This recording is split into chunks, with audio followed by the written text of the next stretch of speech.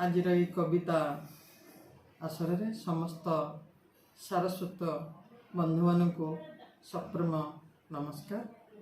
आज मोर कविता गाँव पर पर्यवेसित समस्त अल्प बहुते गाँ प्रति ममता अच्छी, अनुभव अच्छी, अनुभूति भी अच्छी।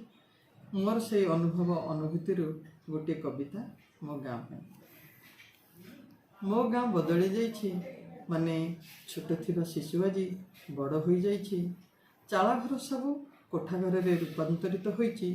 वयस्क लोक माने ए जन्म विदाय नहीं आमको चिन्हिथिबा जानुथबा लोक एबे बयसर अपराह्न रे किछि भौगोलिक स्थिति मध्य बदली जाइछि।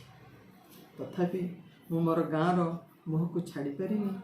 समय टिके पाइले सकाळु जाई राति की फेरी आसिले भी चरम तृप्ति लाभ करे। गाँर दांडरे पादरे ता धूली स्पर्शरे मो शरीर जेमिति पवित्रमय हो जाए। तार पवन बाजिले मते चंदन बोलिला भली लगे।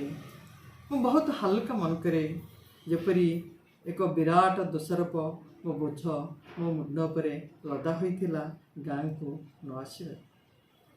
मते कहीं न चिन्हिले भी कहीं परिचित मुह भेट नहेले भी गाँर ए मुंडरे पशि से मुंडरे थिबा नई कूल पहाड़ चढ़ी थरे बुली आसी मो अतीत सह कथा हो जाए।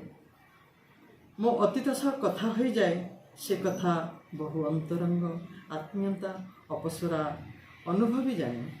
काहाकु एठी हजे जाइथिबार विरह जंत्रणा अनुभव करे।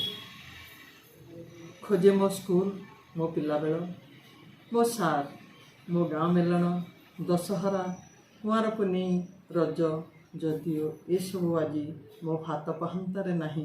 तथापि निरला निवृत्तरे आज मो आखि मुझी देखे से दीर्घ दिनर अतीत मधुर स्मृति। आहा कि शांति, आहा कि शांति। धन्यवाद, नमस्कार।